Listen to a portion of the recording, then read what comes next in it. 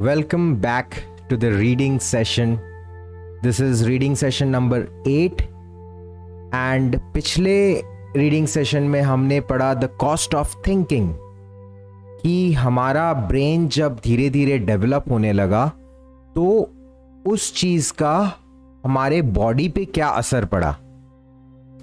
अब आज के रीडिंग सेशन में हम समझने की कोशिश करेंगे कि जब हम 4 पैर से हट के 2 पैरों पे चलने लगे, जब हम होमो इरेक्टस के स्टेज में थे, तो it was a huge evolutionary change for a species. तो उस चीज का हमारे दिमाग पे और हमारा जो ट्राइब था, जो हमारा सोशल इंटरेक्शन था, उस चीज पे, हमारे बॉडी पे क्या असर पड़ा। हम पढ़ रहे हैं this book called Sapiens by professor Yuval Noah Harari and let's start today's session.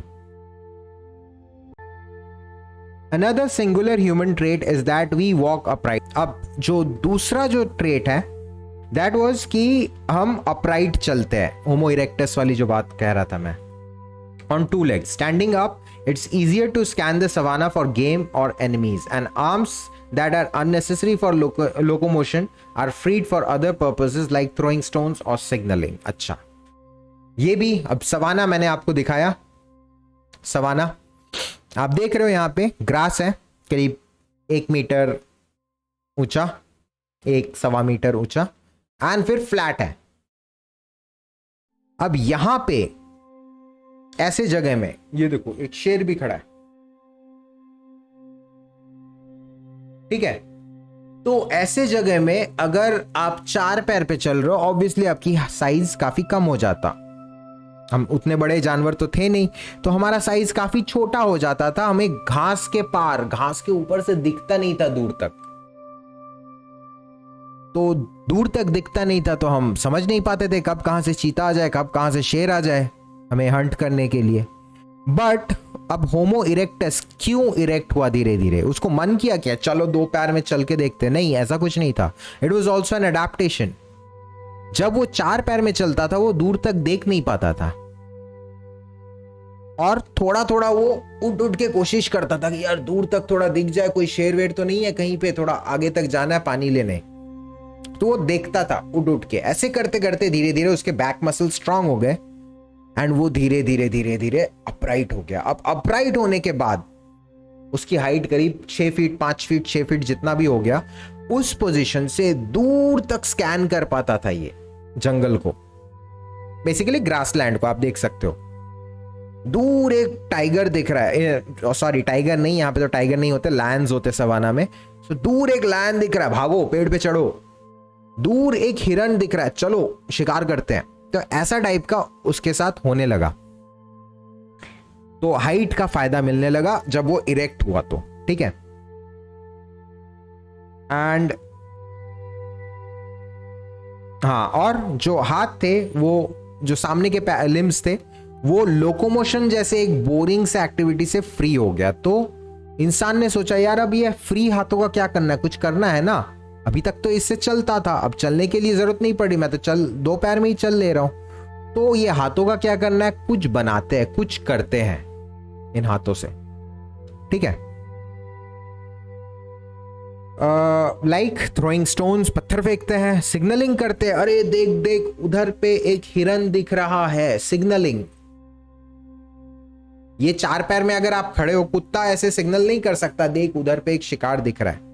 शेर ऐसे सिग्नल नहीं कर सकता कि देख वहां पे शिकार है, तू उस तरफ से जा, मैं इस तरफ से जाता हूं और उसको पकड़ते हैं। ऐसे सिग्नल नहीं कर सकते शेर या दूसरे हंटर्स, बट इंसान कर सकता था। क्यों? क्योंकि उसके आगे के दोनों हाथ फ्री हो गए थे। वो 2 पैरों में मस्त खड़ा हो जाता था और उसके बाद दोस्त को तू उधर से जा, मैं इधर से जाता हूं और तुम दोनों पीछे से अटैक करो, और इसको दबोचते हैं वहीं पे। ज्यादा भागने नहीं देना है ये, क्योंकि एक बार अगर ग्रासलैंड के बाहर भाग गया तो हमें छुपने का जगह नहीं मिलेगा, एंड हिरन का स्पीड ऑब्वियसली हमसे बहुत ज्यादा होता है। तो छुप के अटैक करना, स्ट्रैटेजी बनाना हंटिंग के लिए, ये चीज इंसान को धीरे धीरे आने लगा जब वो 2 पैरों पे खड़ा हो गया। The more things these hands could do, the more successful their owners were. जितना ज्यादा काम करेंगे दोनों हाथ, उतना ज्यादा सक्सेसफुल रहेगा वो ऑर्गेनिज्म। ठीक है। So evolutionary pressure brought about an increasing concentration of nerves and finely tuned muscles in the palms and fingers. अब धीरे धीरे इवोल्यूशन कैसा हुआ देखो, जैसे ये फ्री हो गए, इंसान इन हाथों से काम करने लगा, सिग्नलिंग या फिर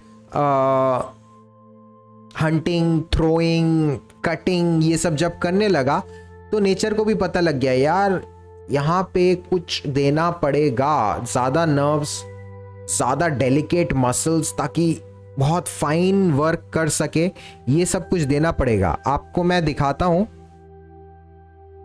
एक गोरिल्ला के हाथ में और एक इंसान के हाथ में क्या डिफरेंस होता है।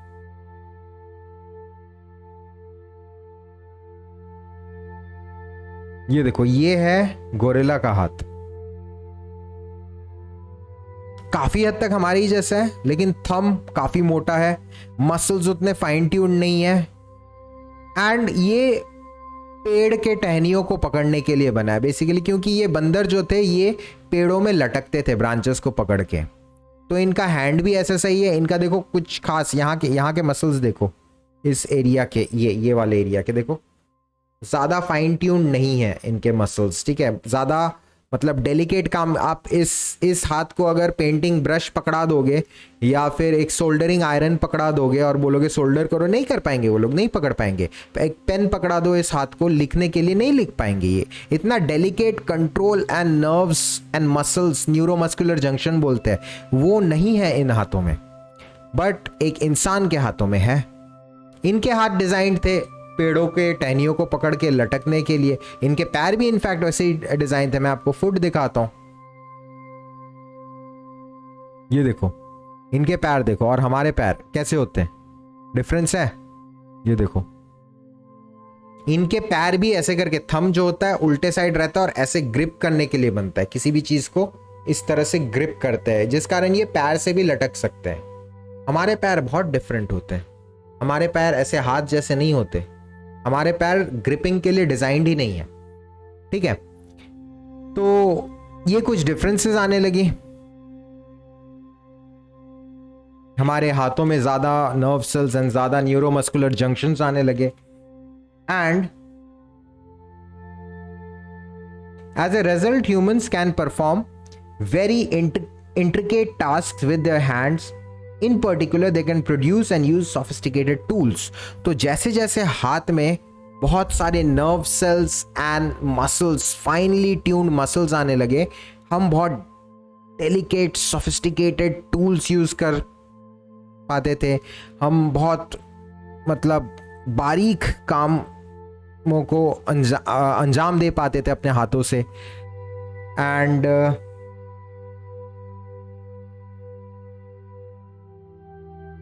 the first evidence for tool production dates from about 2.5 million years ago, and the manufacture and use of tools are the criteria by which archaeologists recognize ancient humans. तो first जो tools है वो करीब 25 लाख साल पहले trace हुए हैं उनका हिस्ट्री। एंड मैं आपको बता दूँ थोड़ा सा, इस बुक में पता नहीं शायद नहीं है ये चीज़ कि टूल्स बंदर भी यूज़ करते हैं। अब मैं इसका एक इंटरेस्टिंग कहानी बताता हूं। एंटहिल्स होते हैं जंगलों में, आपने देखा होगा एंटहिल्स।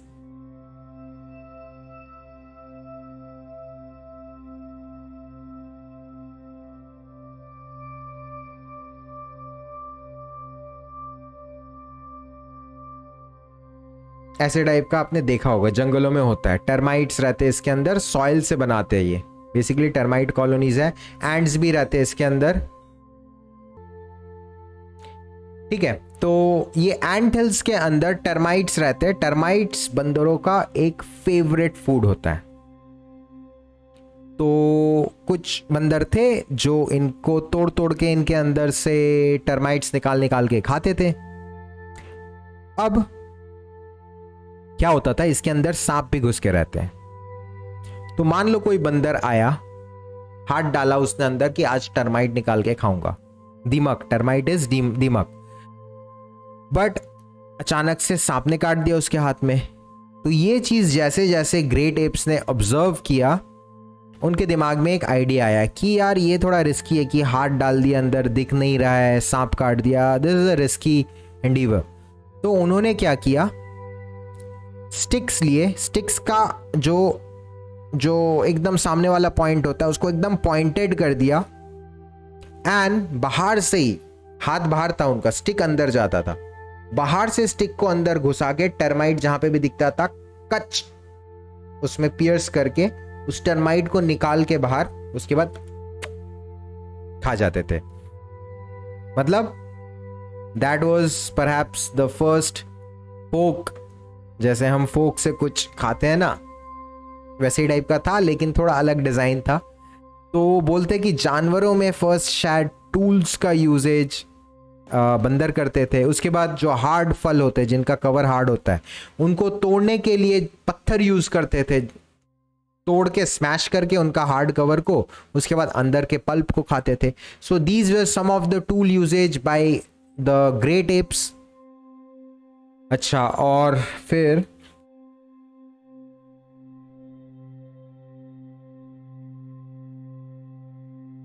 Yet walking upright has its downside. अच्छा, सीधा चलने का डिसएडवांटेज भी होता था।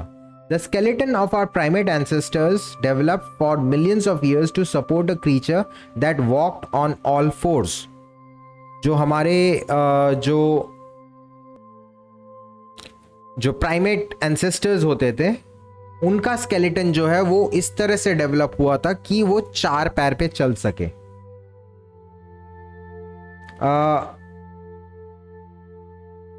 And had a relatively small head. तो उनका जो स्केलेटन था, मैं आपको दिखा देता हूं उनका स्केलेटन कैसा होता था।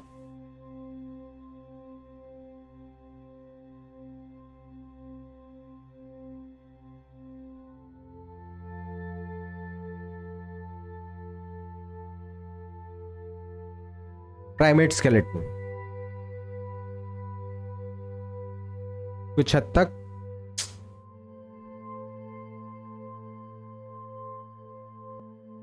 ऐसा टाइप का होता था। 4 पैर में चल रहे, छोटा सा सर है, पीछे पूंछ है, इस तरह से डिजाइन हुआ था। लेकिन जो हमारा स्केलेटन डिजाइन हो रहा था, धीरे धीरे इवॉल्व हो रहा था, वो अपराइट पोजीशन के लिए हो रहा था। बट ये काफी मुश्किल था एक बंदर के लिए भी।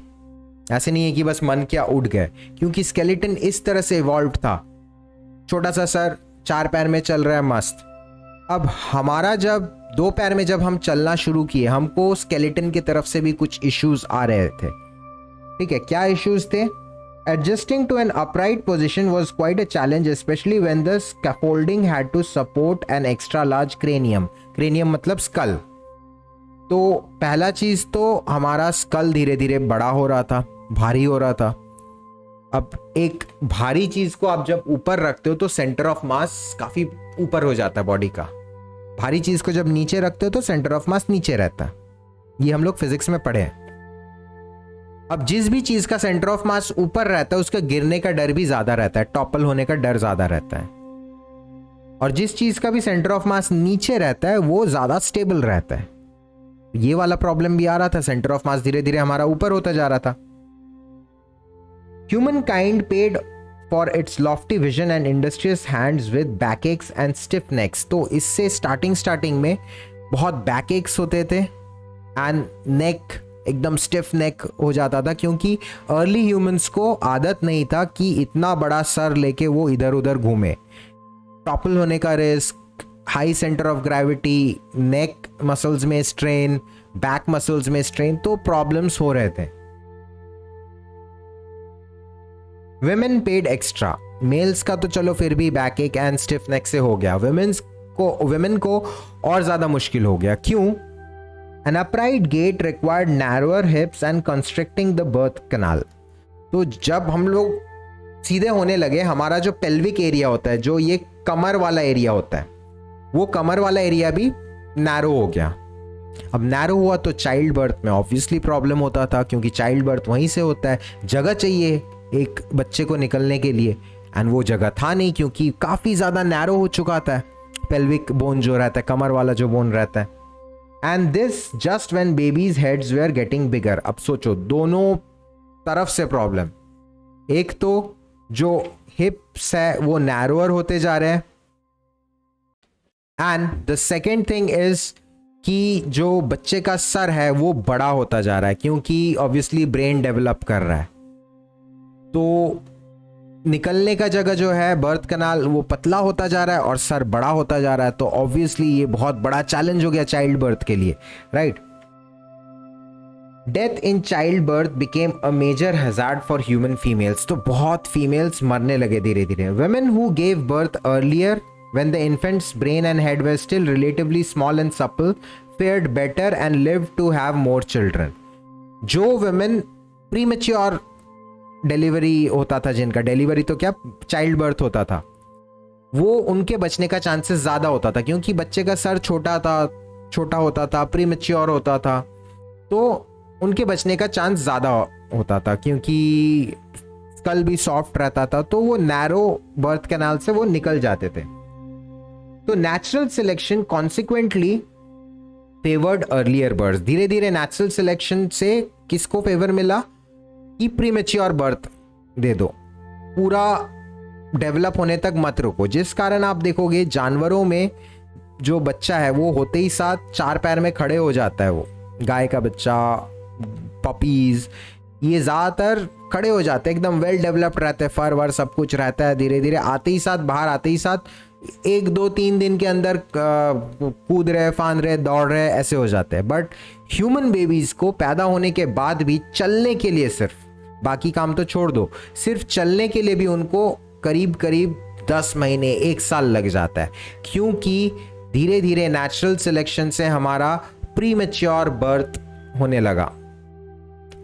आया समझ में? तो and indeed compared to the other animals, humans are born prematurely when many of their vital systems are still underdeveloped. हम लोग underdeveloped birth लेते हैं. A colt can trot shortly after birth. A kitten leaves its mother to forage on its own when it's just a few weeks. एक बिल्ली का बच्चा भी कुछ हफ्तों में ही वो शिकार करने लायक हो जाता है. Human babies are helpless, dependent for many years on their elders for sustenance, protection and education. इंसान के ही बच्चे जिनको बड़ा होने में, एडल्ट होने में 18 साल लग जाते हैं, इतने में तो बाकी जानवरों का पूरा लाइफ स्पैन निकल जाता है. तो there is a reason for that. हमारा इरेक्ट होना, होमो इरेक्टस, ठीक है. This fact has contributed greatly both to humankind's extraordinary social abilities and to its unique social problems. तो ये जो डेवलपमेंट हुआ जब ह्यूमन बीइंग्स अपने बैक मसल्स और बैकबोन के सपोर्ट में इरेक्ट हुए, जब वो 2 पैर पे चलना शुरू किए, तो उसके कारण जो फिजियोलॉजिकल चेंजेस आई हमारे बॉडी में, खासकर फीमेल बॉडीज में, इसके कारण जो हमारे सोसाइटी में हमारे एज अ ग्रुप हम किस तरह से बिहेव करते हैं, तो इस चीज पे भी काफी इफेक्ट पड़ा. इस चीज का जो फिजियोलॉजिकल डिफरेंस आया था, हम 4 पैर से 2 पैर में चलने लगे, इस चीज का हमारे सोशल लाइफ में भी बहुत इंपैक्ट आया. Lone mothers could hardly forage enough food for their offsprings and themselves with needy children in tow. तो बेसिकली देखो, बाकी जानवरों में क्या होता है, जो चाइल्ड रहता है, जो ऑफस्प्रिंग रहता है, वो बहुत ही इंडिपेंडेंट होता है. आपने देखा होगा शेर के बच्चे जो कब्ज रहते हैं वो भी बिंदास अपने प्राइड के साथ चल रहे होते हैं, छोटे से रहते हैं बट धीरे धीरे पीछे पीछे चल रहे होते हैं. हाथी के बच्चे तो अच्छा खासा चलते हैं, उनका साइज भी अच्छा खासा हो जाता है. एंड हिरन के बच्चे भी इधर उधर कूदते फांदते रहते हैं, हालांकि ग्रुप के साथ रहते हैं. They feed on mother's milk but still they are way more independent as compared to human kids. Human kids का इतना ज्यादा डिपेंडेंसी होता है अपने मदर के ऊपर कि उनको अगर मदर ने 2-3 दिन के लिए कंप्लीटली छोड़ दिया तो उनका सर्वाइवल मुश्किल हो जाएगा। ठीक है, तो ऐसे केस में जो मदर्स होती थी उस वक्त तो शादी वगैरह का कोई कॉन्सेप्ट नहीं था ना, तो मदर्स जो होती थी वो अपने बच्चे को छोड़ के किसी और काम के लिए, मे बी वुड काटना है या फिर जंगल में जो हंट करके लाए हैं मेल्स, उस किल को डी स्किन करना, उसका स्किन निकालना है या कुछ और, उसके फर से अपने आप को ठंड से प्रोटेक्ट करने के लिए कुछ बनाना। इन कामों के लिए फीमेल्स जा ही नहीं पाते थे क्योंकि उनके बच्चे इतना ज्यादा डिपेंडेंट होते थे। ठीक है, raising children required constant help from other family members and neighbours. तो ऑब्वियसली नेबर एंड जो दूसरे फैमिली मेंबर्स है, कजन्स है या फिर जो भी है, सिबलिंग्स है उस पर्टिकुलर फीमेल के या फिर उसके फादर के मेल के, तो ये इन सब का एक कोऑपरेशन चाहिए होता था एंड इन सब का एक, भले ही कितना छोटा हो लेकिन एक हेल्प की जरूरत थी एक मदर को अपने चाइल्ड को रेज करने के लिए। क्यों? क्योंकि चाइल्ड बहुत प्रीमैच्योर पैदा हुआ था। ठीक है, it takes a tribe to raise a human. तो इसी से धीरे धीरे हमारे अंदर सोशल बिहेवियर जो आया, we are a social animal, ये चीज आया हमारे अंदर। कोऑपरेशन काफी बढ़ने लगा क्योंकि एक बच्चे को रेज करने के लिए एक माँ को सिर्फ अकेले या एक या दो बहन या भाई के साथ रेज करना इम्पॉसिबल हो जा रहा था। ह्यूमन किड्स को रेज करने के लिए आपको काफी अच्छा खासा एस्टैब्लिश ट्राइब चाहिए, कम से कम 10-20 लोग हो, तो वैसे ट्राइब में ह्यूमन किड्स ज्यादा अच्छे से रेज हो पा रहे थे। Evolution thus favored those capable of forming strong social ties. तो अब इवोल्यूशन धीरे धीरे उनको फेवर करने लगा, उन मदर्स को या उन फादर्स को फेवर करने लगा जिनका सोशल इंटरैक्शन बहुत अच्छा था, भाइयों के साथ, बहनों के साथ, दोस्तों के साथ काफी अच्छा सोशल इंटरैक्शन था। उनको धीरे धीरे नेचर फेवर करने लगा क्योंकि बच्चों को, प्रीमेच्योर किड्स को बड़ा करने के लिए सोशल इंटरैक्शन बहुत ज्यादा इंपॉर्टेंट हुआ करता था। In addition, since humans are born underdeveloped, they can be educated and socialized to a far greater extent than any other animal. क्योंकि हम underdeveloped पैदा होते थे तो हम गीली मिट्टी की तरह होते हैं, एकदम गीली मिट्टी की तरह। समझ रहे हो? जो जानवर थोड़ा डेवलप्ड पैदा होता है, जैसे गाय के बच्चे या फिर हिरन के बच्चे, ये काफी हद तक डेवलप्ड रहते हैं। ये पैदा होते ही साथ खड़े हो जाते हैं यार, और विद इन अ वीक ये अच्छे से देख पाते हैं, इधर उधर घूम पाते हैं, दौड़ सकते हैं ये लोग। और भी जैसे शेर के बच्चे धीरे धीरे छोटी चीजों को शिकार करने की कोशिश करने लगते हैं, तो दे आर वेल डेवलप्ड, वो गीली मिट्टी नहीं होते। ह्यूमंस आर बॉर्न प्रीमेच्योर, सो हम गीली मिट्टी की तरह होते बचपन में। ठीक है, तो हमें ऑब्वियसली ज्यादा एजुकेट किया जा सकता है, हमारा ज्यादा कंडीशनिंग किया जा सकता है। I would say education is something else, conditioning is something else. Conditioning मतलब हमारे माइंड को किस तरह से बचपन से कुछ बातें बोल बोल के ट्रेन किया जाता है जिससे कि हमारा बिहेवियर डिफाइन होता है। हम सब के अंदर कंडीशनिंग है, आपके अंदर, मेरे अंदर, सब के अंदर कुछ ना कुछ कंडीशनिंग है जिसके कारण से हमारे में कुछ ना कुछ बिहेवियरल डिफेक्ट्स या गुड बिहेवियर्स आती हैं। तो वो चीज ह्यूमंस में और ज्यादा पॉसिबल हो गया क्योंकि human babies were underdeveloped. Most mammals emerge from the womb like glazed earthenware emerging from a kiln. Any attempt to remolding will only scratch or break them. मतलब ज्यादातर मैमल्स के जो बच्चे आते हैं दे आर लाइक की solid, जैसे कांच तो नहीं, चाइना चीनी मिट्टी जो होती है, ठीक है, चाइना क्ले जो होता है उसका जो बेकिंग के बाद जो निकलता है हार्ड होता है वो, एंड ग्लेज होता है, उसमें चमक होती है। ज्यादातर मैमल्स के बच्चे उसी तरह से निकलते हैं, हम उस तरह से नहीं निकलते, हम हार्ड नहीं होते। हार्ड चीज को, चाइना क्ले के हार्ड ग्लेज्ड चीज को आप अगर वापस से रिमोल्ड करने जाओगे वो टूट जाएगा। ज्यादातर मैमल्स के बच्चे वैसे ही होते हैं। हार्ड चीज निकल रहा है, डेवलप्ड चीज निकल रहा है, उसको आप ज्यादा मोल्डिंग नहीं कर सकते। Humans emerge from the वूम like molten glass from a furnace. Molten glass देखे हो आप लोग?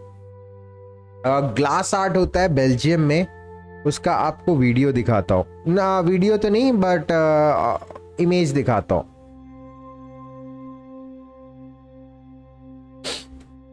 Glass art Belgium.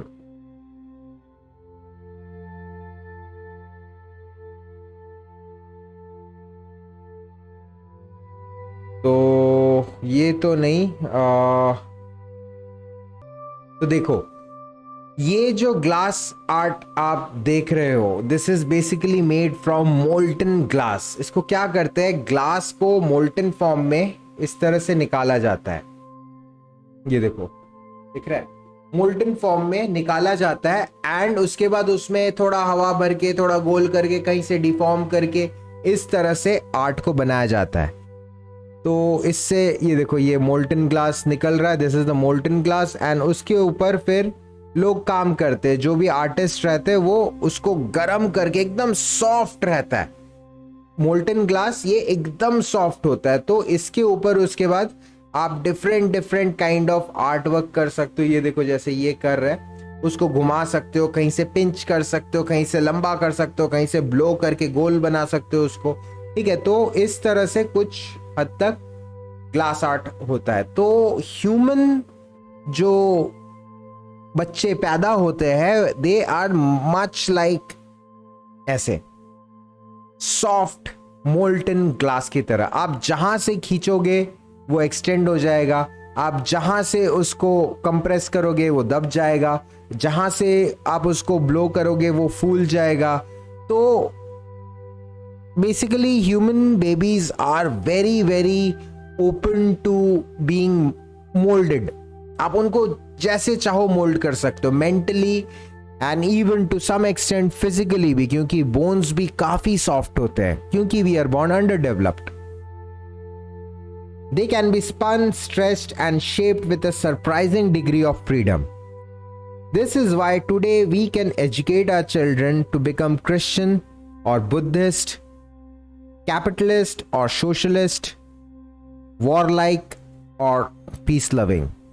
मतलब आप मेंटल कंडीशनिंग कर सकते हो ह्यूमन किड्स को। आप जब एक बच्चा पैदा होता है उसे नहीं पता होता है वो किस धर्म का है या उसका क्या पसंद है नापसंद है, वो उसको कौन सा इकोनॉमिक सिस्टम पसंद आएगा, उसे कुछ नहीं पता होता है।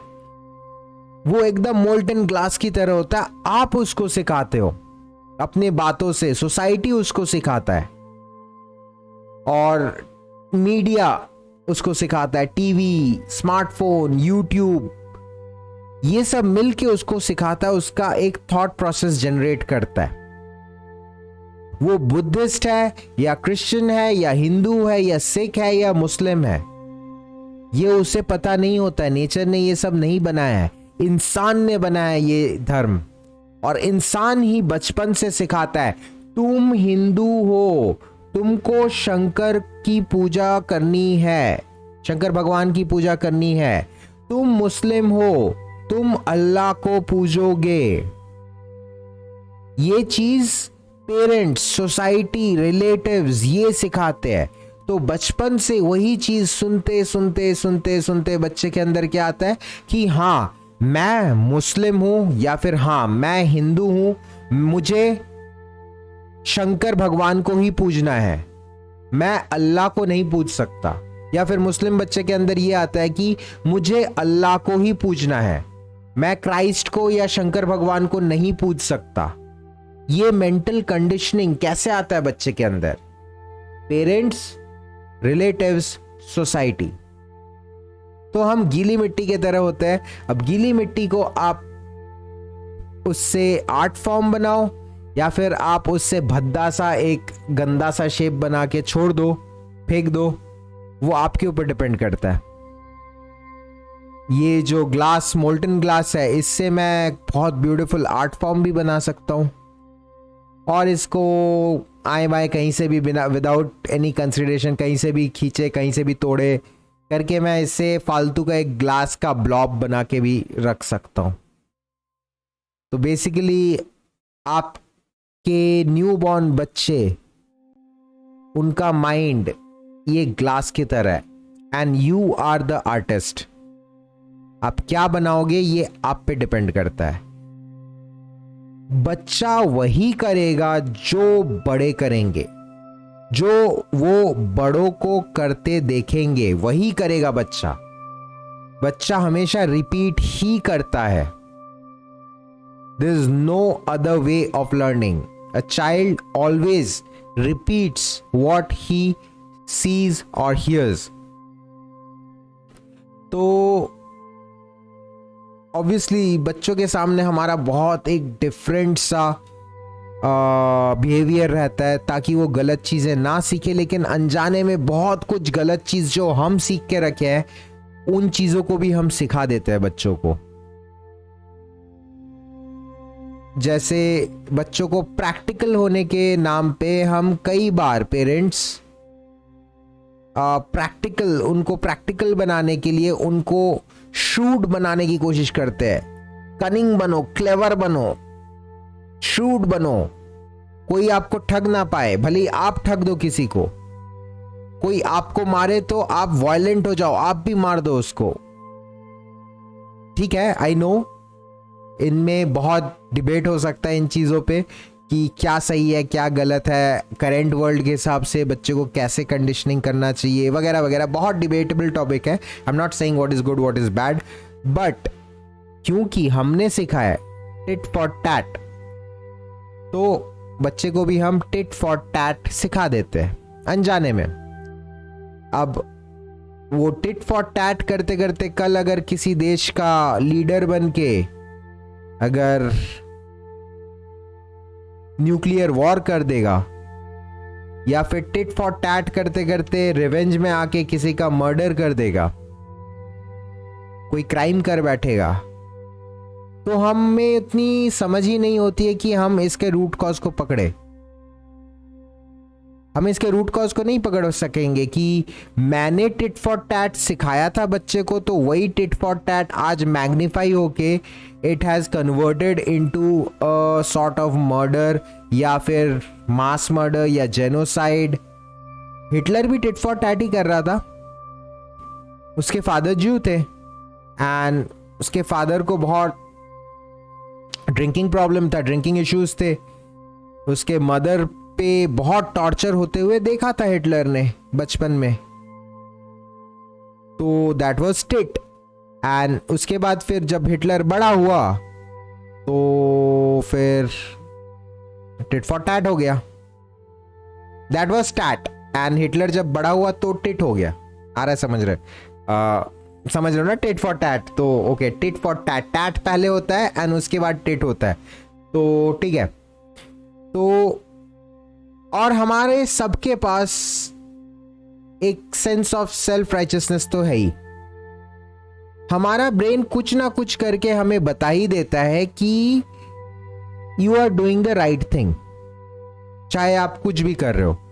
तो ऑब्वियसली कंडीशनिंग, इस चीज पे हमें खासा ध्यान देना चाहिए, क्योंकि कंडीशनिंग एक ऐसा चीज है आप उसके बाहर जाके सोच ही नहीं सकते।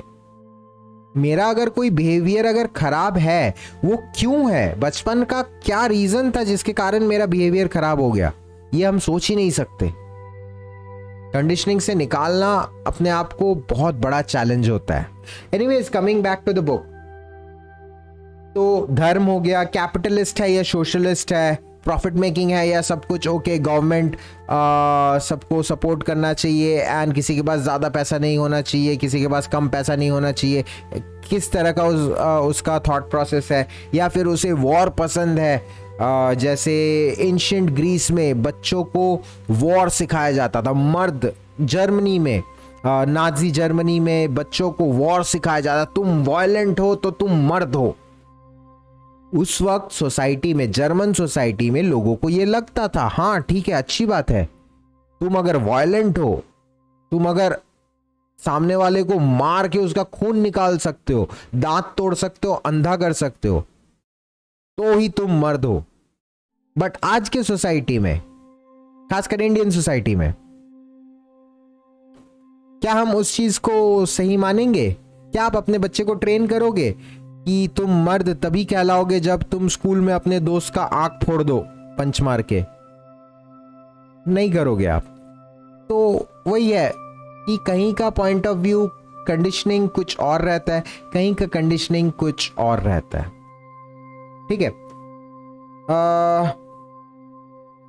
We assume that a large brain, the use of tools, superior learning abilities and complex social structures are huge advantages. ये हम सोचते हैं कि टूल्स को यूज करना, एक बड़ा ब्रेन होना एंड सुपीरियर लर्निंग एबिलिटीज, हम कई चीज़ों को सीख जाते जल्दी से। Social structures, complex social structure, दोस्त है, सिबलिंग है, कजन है, टीचर है, बॉस है, स्टूडेंट्स है, so many relationships in our society, right? हम सोचते कि ये बड़े एडवांटेजेस है। It seems self-evident that these have made humankind the most powerful animal on earth. हमको यही लगता है कि शायद यही चीज़ है जो सोसाइटी में, या जो हमारे कॉम्प्लेक्स स्ट्रक्चर्स है, लर्निंग कैपेबिलिटीज है, ये हमको सुप्रीम बीइंग ऑन अर्थ बना दिए हैं, सबसे superior living organism on the surface of this planet बना दिए। But humans enjoyed all of these advantages for a full 2 million years, during which they remained weak and marginal creatures. Social structure, learning capabilities, large brain, use of tools, ये आज की कहानी नहीं है, ये पिछले 20 लाख सालों से चलता आ रहा है ये कहानी। तो फिर ऐसा क्या हुआ कि लास्ट 70,000 साल में ही हम आगे निकले? बाकी जो 19,30,000 साल हम कुछ खास थे नहीं, हम जस्ट एक और जानवर थे जो जंगल में घूम रहा था, बस बड़े प्रेडेटर से डरता हुआ, छोटे हर्बीवोर्स को हंट करता हुआ, फलों को तोड़ता हुआ। तो ऐसा क्या हुआ लास्ट 70,000 सालों में? वीडियो काफ़ी लंबा हो गया है। Do subscribe to the channel. I hope you are liking the commentary. मुझे कमेंट्स में ज़रूर बताओ कि कैसा लग रहा है। See you in the next video. जय हिंद।